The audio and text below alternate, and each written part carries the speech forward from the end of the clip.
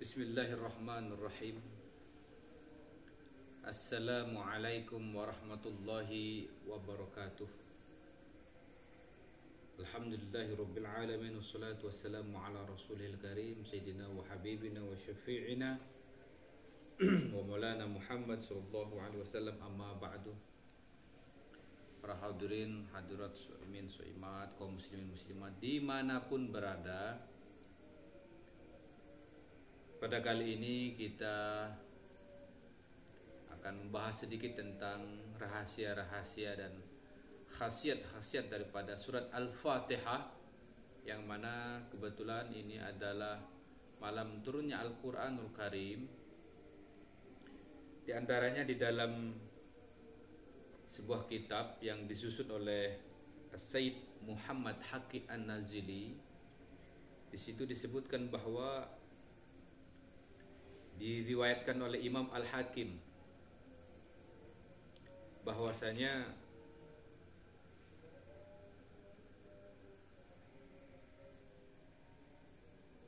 inna fi hadhihi surah alfun hasiyah zahirah wa alfun khasiyah batinah.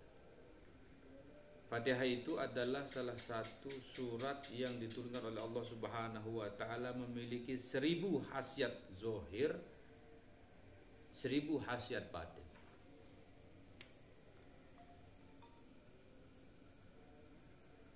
Kalau yang dikatakan oleh Ibnu Abbas radhiyallahu anhuma, yaqul likulli syai'in asas, setiap sesuatu itu mempunyai dasar atau pondasi. Wa asasul Quran al-Fatihah, dan pondasi Al-Quran itu adalah Fatihah.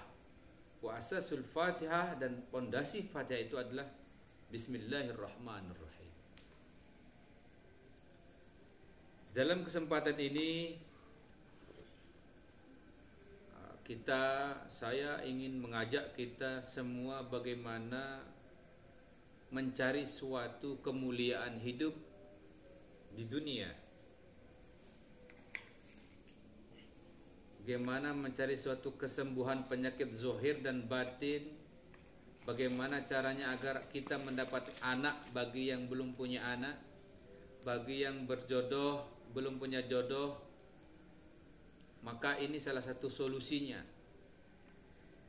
Ingin kejabatan, ingin kemuliaan, ingin kesembuhan, ingin keistiqomahan, ingin kebaikan dunia dan akhirat, bahkan agar selamat dari COVID-19 atau corona atau wabah-wabah penyakit-penyakit yang lain. Di sini disebutkan bahwa diriwayatkan oleh sebagian ulama, Syekh At-Tamim qaddasallahu sirrahu, yang berkata bahwa pernah terjadi suatu wabah penyakit di kota Malton.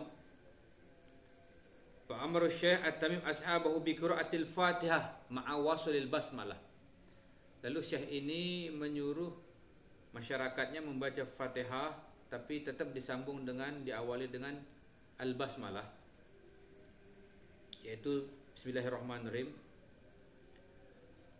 Ala man kana maridhan bit-ta'un, bagi orang yang sakit, wal wabah, dengan wabah, penyakit wabah. Wa ba'da tamamil qiraah, setelah selesai membaca Fatihah itu, surat Al-Fatihah dan basmalahnya itu, yampuhu alaih, maka ditiupkan kepada sesuatu, kepada orang yang terkena penyakit tersebut. Faqara'na kama amarna, maka kami melakukannya, kami membacanya. Fasyahidna, maka kami menyaksikan syafahah, tentang kesembuhan-kesembuhan. Wasamratuha, beserta hasil daripada bacaan tersebut. Ini adalah salah satu khasiat daripada surat Al-Fatihah itu sendiri. Adapun orang-orang yang banyak utang, agar kaya, agar hidupnya yang sulit dimuliakan oleh Allah, diangkat derajatnya oleh Allah Subhanahu wa taala, yang punya penyakit diangkat penyakitnya oleh Allah Subhanahu wa taala. Dia punya kemuliaan juga di sisi manusia, di samping-samping temannya, punya jabatan, dicintai oleh orang yang disegani oleh orang yang tidak menyukainya, dan diangkat derajatnya oleh orang-orang yang mencintainya. Maka apa yang perlu dilakukan? Kata imam tersebut bahwa bacalah surat Al-Fatihah itu beserta basmalahnya 41 kali. 41 kali antara solat sunnah subuh dan solat fardunya. Artinya sebelum qomat subuh itu, yaitu kita misalnya solat sendiri di rumah, kita mungkin azan dulu, atau kita solat sunnah dulu, solat sunnah subuh. Setelah solat sunnah subuh kita membaca 41 kali. Setelah selesai membaca 41 kali, baru kita melaksanakan solat subuh itu sendiri.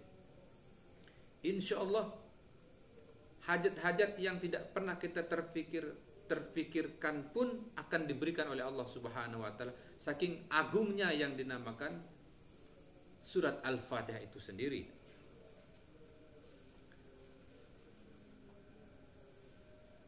Jadi diriwayatkan oleh Imam Ibnu Abbas radhiyallahu anhuma, pernah suatu saat marada Al-Husain bin Ali radhiyallahu anhuma, pernah cucu Nabi Muhammad sallallahu alaihi wasallam yang bernama Husain, putra daripada Sayyidina Ali, yaitu menantu Rasulullah sallallahu alaihi wasallam, pernah sakit.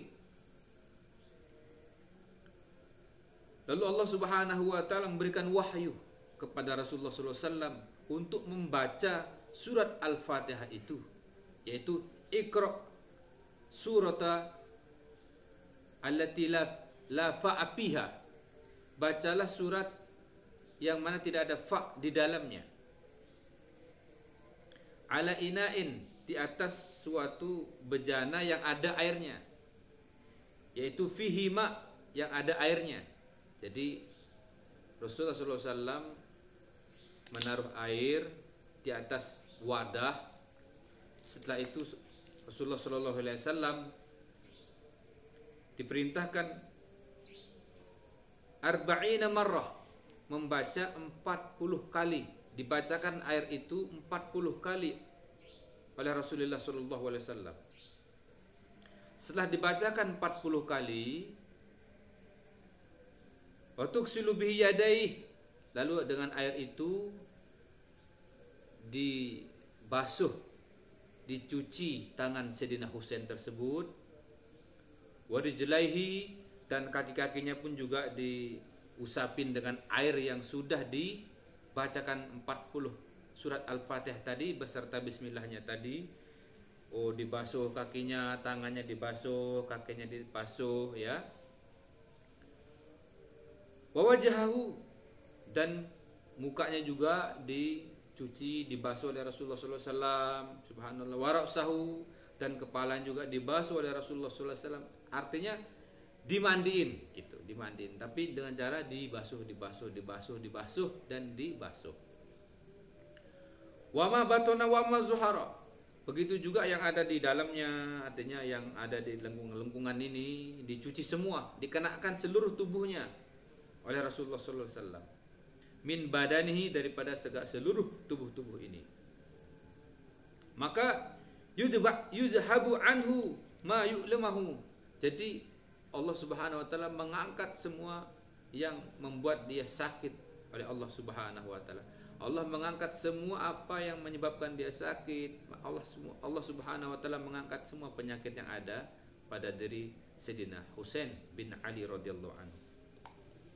Maka oleh sebab itu, para hadirin hadirat yang saya muliakan dan dimuliakan Allah Subhanahu wa taala, namun perlu, ya, cara ini dilakukan bahwa jangan lupa membaca Fatihah ini diperuntukkan dulu, baca dulu kepada Nabi Muhammad SAW, ya, kepada para nabi-nabi yang lain dan para sahabat-sahabat, dan begitu juga para malaikat-malaikat, ya, kepada kedua orang tua kita, laki dan perempuan.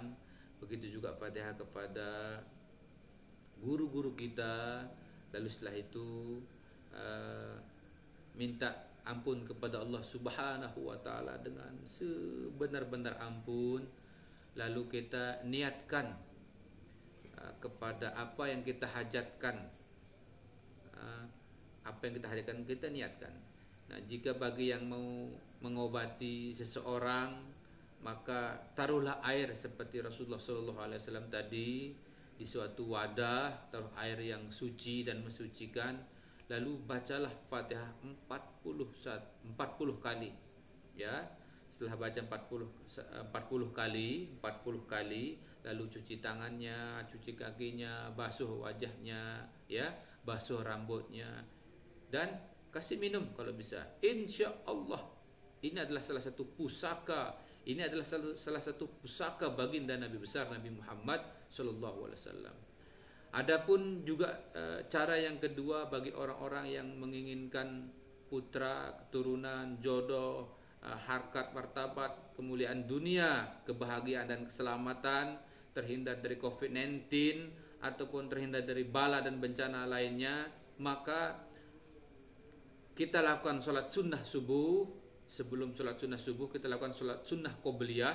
Setelah melakukan sholat sunnah qobliyah, maka bacalah Fatihah tersebut beserta bismillahnya 41 kali, ya, 41 kali. Lalu setelah selesai 41 kali, baru kita usapkan seluruhnya kepada kita basuh tangan ini semua ke tubuh-tubuh kita, dan kita melakukan sholat subuh.